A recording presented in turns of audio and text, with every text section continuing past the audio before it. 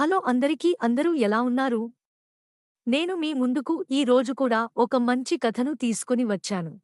అనగనగా ఒక అడవిలో కుందేలు, తాబేలు, బాతు మూడు మంచి స్నేహితులుగా ఉండేవి. మిగిలిన జంతువులు వాటిని చూసి అసూయ పడేవి. చెట్టు మీద నుంచి వాటిని రోజూ గమనించే ఒక కోతి ఎలాగైనా వాటితో స్నేహం చేయాలి అనుకుంది. వాటి దగ్గరకు వెళ్ళి మెల్లగా మాటలు కలిపింది. ఇక్కడికి దగ్గరలో ఓ పండ్ల చెట్టుంది. దానికి ఎర్రని రంగులో తీయని పండ్లు ఉన్నాయి. అవి ఏడాదికి ఒకసారే కాస్తాయి. మీరు వస్తానంటే తీసుకెళ్తాను అంది. అలాగేనంటూ కోతితో సహా కుందేలు, తాబేలు, బాతు బయలుదేరాయి. కోతి చెంగున పరిగెత్తుతుంటే మిగిలిన మెల్లగా నడుస్తూ ఉన్నాయి. తాబేలు నడవలేకపోతే బాతు, కుందేలు కాసేపు వాటి మీద ఎక్కించుకున్నాయి. అక్కడికెళ్ళాక తీరా చూస్తే ఆ చెట్టుకి రెండే పండ్లున్నాయి.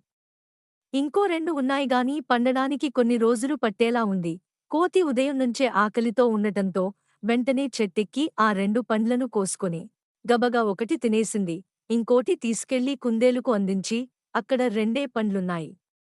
మిగతావి ఇంకా పండలేదు. ఇప్పటికి నువ్వు తిను, అవి పండిన తర్వాత తాబేలు, బాతుకి తెచ్చిస్తాను అంది. కాని అవి మూడూ ఆ ఒక్క పండుని పంచుకుని తిన్నాయి.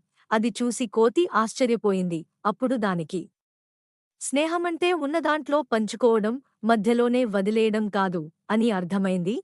వారం రోజుల తర్వాత మళ్ళీ నాలుగూ కలిసి ఆ చెట్టు దగ్గరకు బయలుదేరాయి. అప్పుడు కోతి తాబేలును దాని చేతులతో పట్టుకుంది. అక్కడికెళ్ళాక పండిన రెండు పండ్లను కోసుకొచ్చింది. అప్పుడు కుందేలు ఒక పండు కోతికి ఇవ్వబోయింది. కాని అది, మిత్రమా, ఈ రెండింటినా మనం నలుగురం సమానంగా పంచుకుని తిందాం అంది.